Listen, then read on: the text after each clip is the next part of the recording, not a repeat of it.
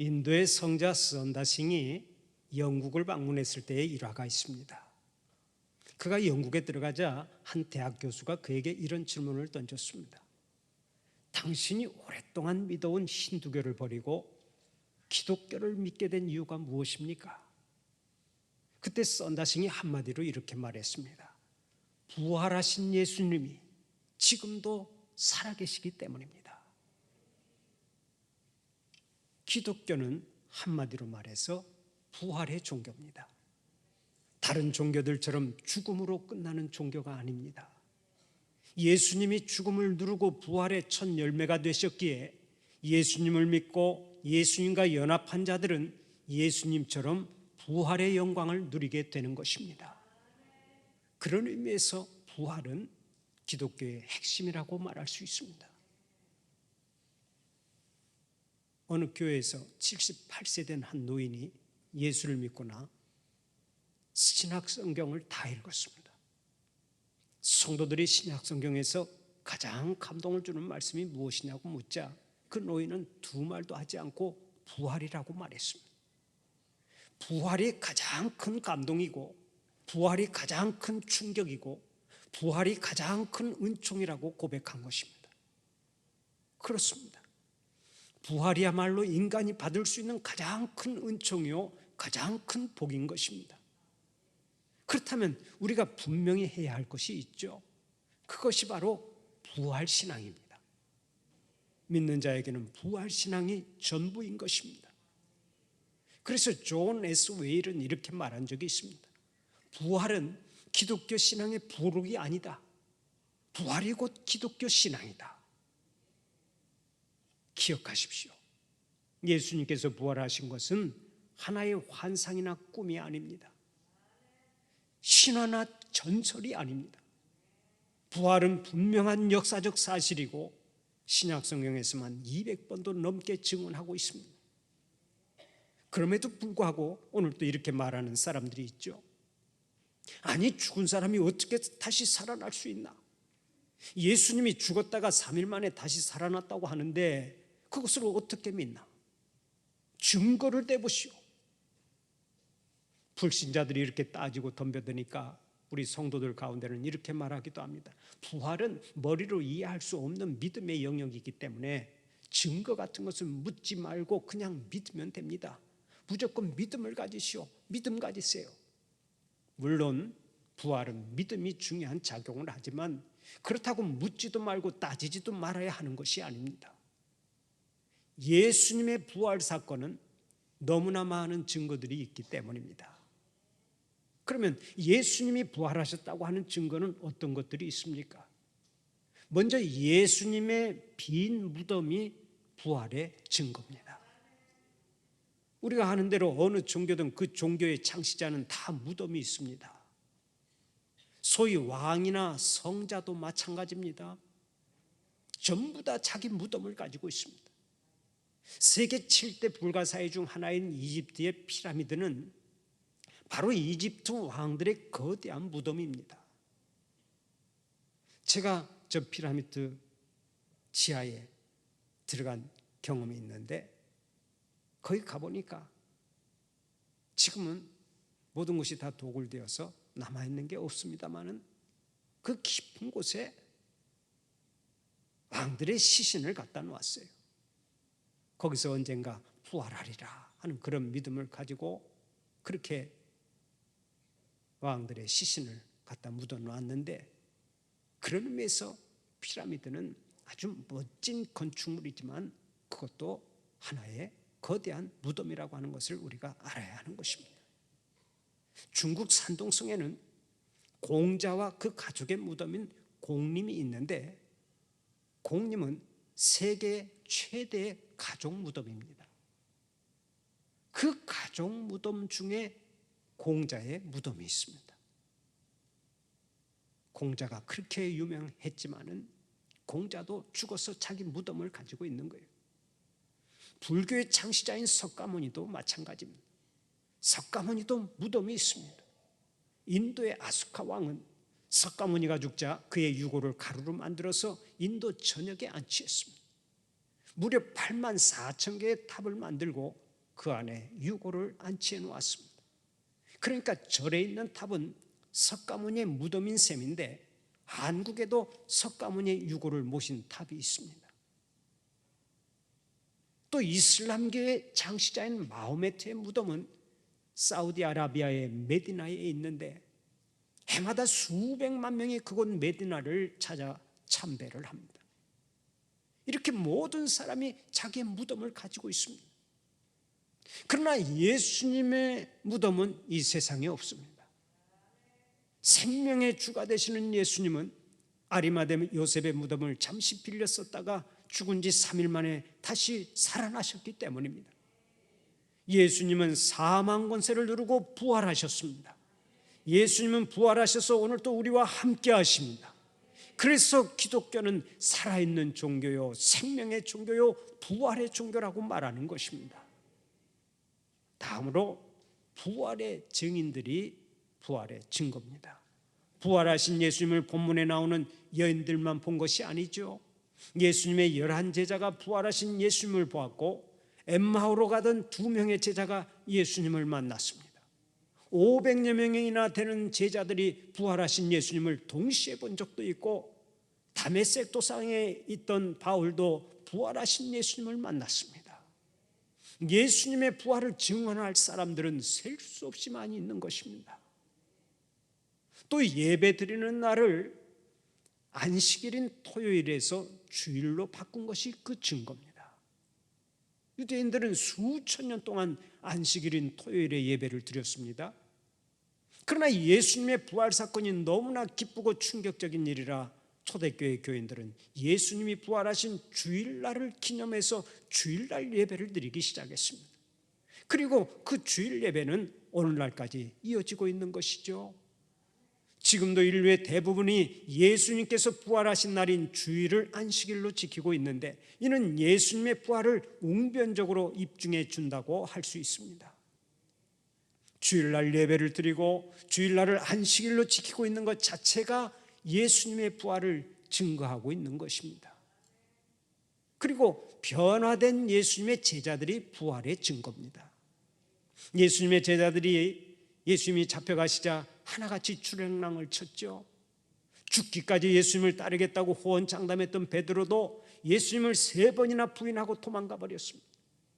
그 막달라 마리아에게 예수님의 부활 소식을 들었을 때도 처음에는 그 사실을 믿지 않았습니다.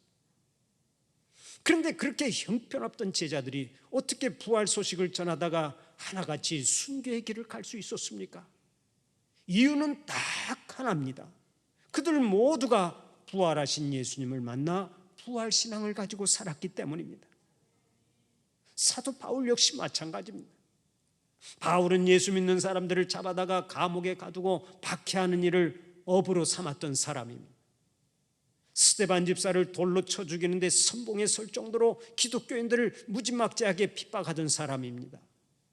그런데 그가 어찌하여 예수님을 전하기 위해서 삶 전체를 바치고 순교하는 사람으로 변화되었습니까? 바로 부활하신 예수님을 만났기 때문입니다. 변화된 제자들은 예수님의 부활을 확실하게 오늘 또 증거하는 것입니다. 마지막으로 베드로가 예수님의 부활을 전하며 복음을 전했을 때 그 자리에서 3,000명이 회개하고 구원받은 것이 부활의 또 하나의 증거입니다.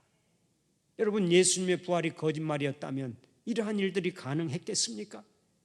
그리고 이러한 회개와 구원의 역사는 2000년이 지난 지금까지도 전 세계에서 역동적으로 일어나고 있습니다. 통계를 보면 현재 중국의 공산당원은 9천만 명 정도 되지만 기독교인은 1억 3천만 명이 넘어섰다고 하는 보고가 있습니다.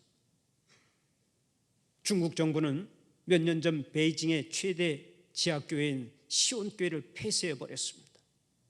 그 숫자한성의 이른비 언약교회 왕이 목사님과 사모님을 비롯한 100명의 성도들을 체포해서 구속한 적이 있죠. 지금도 선교사들을 추방하고 기독교인들을 얼마나 박해하는지 모릅니다. 그러나 기독교인들은 날이 갈수록 늘어나고 있습니다. 바로 이것이 사람을 변화시키는 부활의 능력이요 부활의 증거가 되는 줄 믿으시기를 바랍니다. 미국의 유명한 설교가인 해리 아이언사이드 목사님이 계셨습니다. 이 목사님이 시카고 무디 교회에서 집회를 인도하는데 한 불신자가 쪽지를 써서 올려보냈습니다. 목사님, 내가 당신과 토론하기를 원합니다. 하나님이 계시는지 안 계시는지, 또 그리스도의 부활이 정말인지 거짓말인지 나와 토론 한번 해봅시다. 그때 아이언사이드 목사님이 한 가지 조건을 달았습니다. 좋습니다. 다음 주에 모여서 이 문제에 대해서 토론해 봅시다. 그 대신 조건이 하나 있습니다.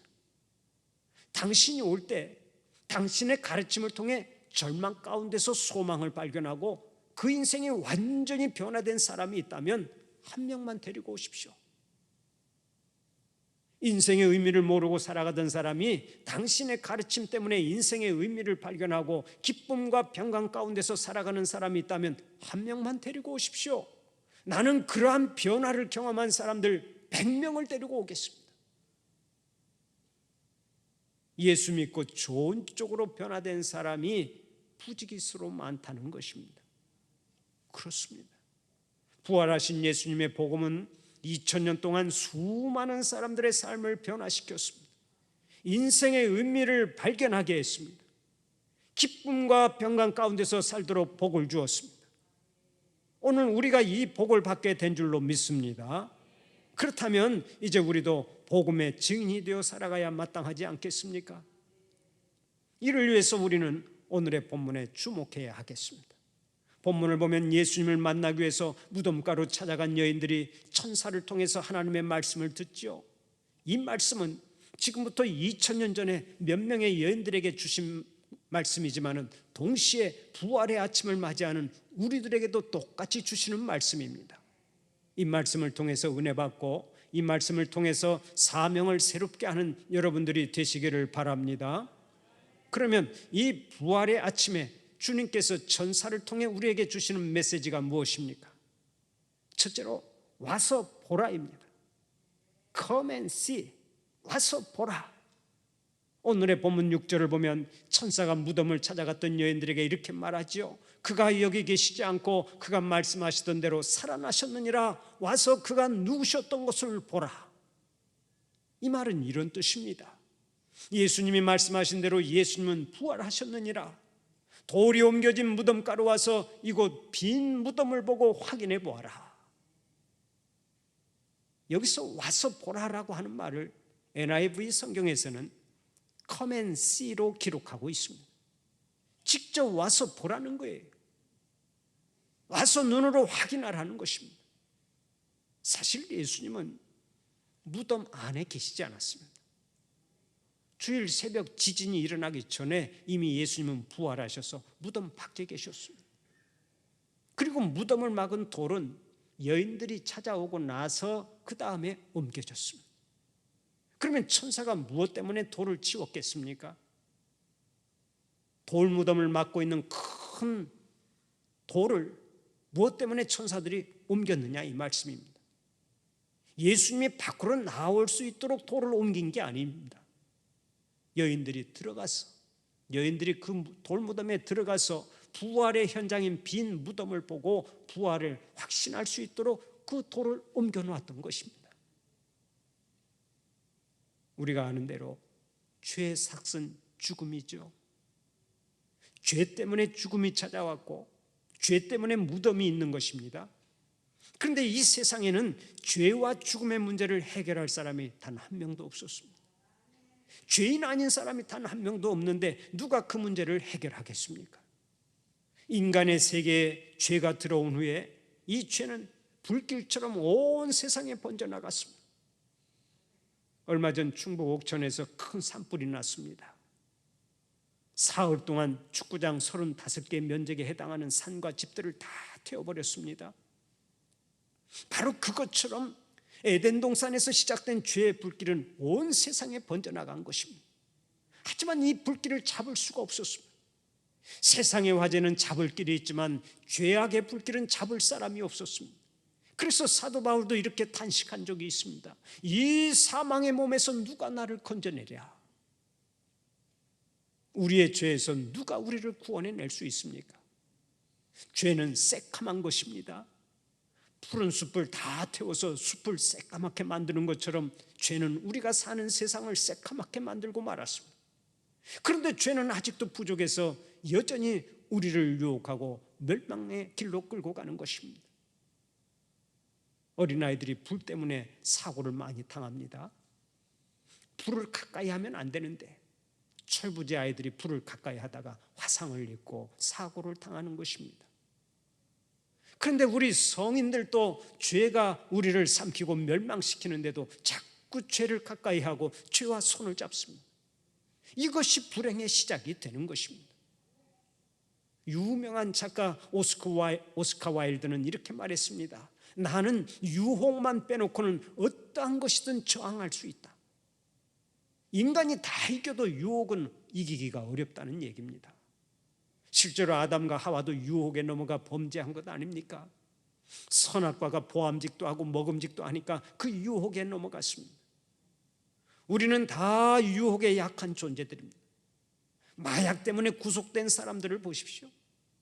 재벌 2세나 영화배우나 연예인이나 예술인 할 것 없이 한 번 빠지면 헤어나오지를 못하지 않습니까? 또 술 때문에 망한 사람들을 보십시오. 그렇게 음주운전하지 말라고 해도 또다시 술을 마시고 운전하다가 다른 사람의 가정을 풍비박산으로 만들고 패가 망신하지요. 노름하는 사람 역시 마찬가지입니다. 노름에 빠진 사람은 죽어서 무덤에 묻혀야 끝이 난다고 하지 않습니까? 노름하지 않겠다고 손가락을 자르고서도 나중에 발가락으로 화투를 친다는 얘기는 죄의 유혹을 극복하기가 얼마나 어려운지를 대변해 주고 있는 것입니다. 그러면 이렇게 연약한 존재인 우리를 죄의 유혹과 사망에서 건져내신 분이 누굽니까? 바로 우리가 믿는 예수 그리스도십니다. 예수님은 우리의 죄를 사하시려고 십자가 위에서 희생제물로 죽으셨습니다. 그리고서 무덤까지 내려가 죽음에 빠져있는 우리를 건져내신 거예요. 예수님은 무덤에 내려가 지하에서 사망 권세를 잡고 있는 죽음의 세력을 결박하시고 무덤에서 일어나셨습니다. 예수님은 죄에서 우리를 건져주신 거예요. 예수님은 우리를 사망에서 건져주신 것입니다. 죄악의 불길에 휩싸인 우리를 건져주시고 새 생명을 덧입혀 주셨습니다. 죽어도 영원히 사는 천국 백성이 되게 하셨습니다. 예수님의 빈 무덤이 그것을 증명하고 예수의 부활이 그것을 증명하고 있습니다. 그래서 우리는 오늘 또 찬송하는 것입니다. 무덤에 머물러 예수 내 구주, 새벽 기다렸네 예수 내 주. 원수를 다 이기고 무덤에서 살아나셨네. 어두움을 이기고 나와서 성도 함께 길이 다스리시네. 사셨네 사셨네 예수 다시 사셨네. 우리의 영원한 찬송인 줄로 믿습니다. 하나님께서는 오늘 또 이 부활의 아침에 우리에게 말씀하십니다. 와서 보라, 와서 보라. 빈 무덤에 와서 보고 예수님의 부활을 확신하라는 것입니다. 예수님은 죽음을 정복하고 다시 살아나셨습니다. 이미 예언하신 대로 예수님은 부활하셨습니다. 부활의 첫 열매가 되셨습니다. 그러므로 우리가 예수님과 연합하기만 하면 우리도 부활의 능력을 갖게 되는 줄 믿으시기를 바랍니다. 두 번째로 예수님께서는 가서 전하라고 말씀하십니다. 가서 전하라. Go and tell. 오늘의 본문 7절을 보면 빈 무덤을 확인한 여인들에게 천사가 두 번째 말씀을 전합니다. 또 빨리 가서 그의 제자들에게 이르되 그가 죽은 자 가운데서 살아나셨고 너희보다 먼저 갈릴리로 가시나니 거기서 너희가 배우리라 하라. 보라 내가 너희에게 일렀느니라. 이 말은 이런 뜻입니다. 예수님이 부활하셨다. 제자들에게 이 소식을 전해라. 그들이 갈릴리로 가면 부활하신 예수님을 만날 수 있을 것이다. 이 구절을 NIV 성경에서는 Go and tell로 기록하고 있습니다. 가서 전하라는 거예요. 예수님의 부활을 직접 보고 확인했으니까 이제는 기쁜 소식을 다른 사람에게 가서 전하라는 거예요. 그러면 왜 예수님께서 부활의 첫 증인으로 여성을 택하셨습니까? 사실 그 당시만 해도 여성은 재판정에서 증인으로 채택되지도 못하던 사람들입니다. 그런 상황이니까 저 같으면 최측근이었던 베드로나 야고보나 요한 같은 제자를 부활의 증인으로 삼았을 거예요. 저 같으면 그랬을 거라고요. 그런데 예수님은 힘없는 여인들을 오히려 증인으로 택하셨습니다. 우리가 알다시피 과거로부터 여성들은 남성에 비해서 성차별을 많이 받았죠.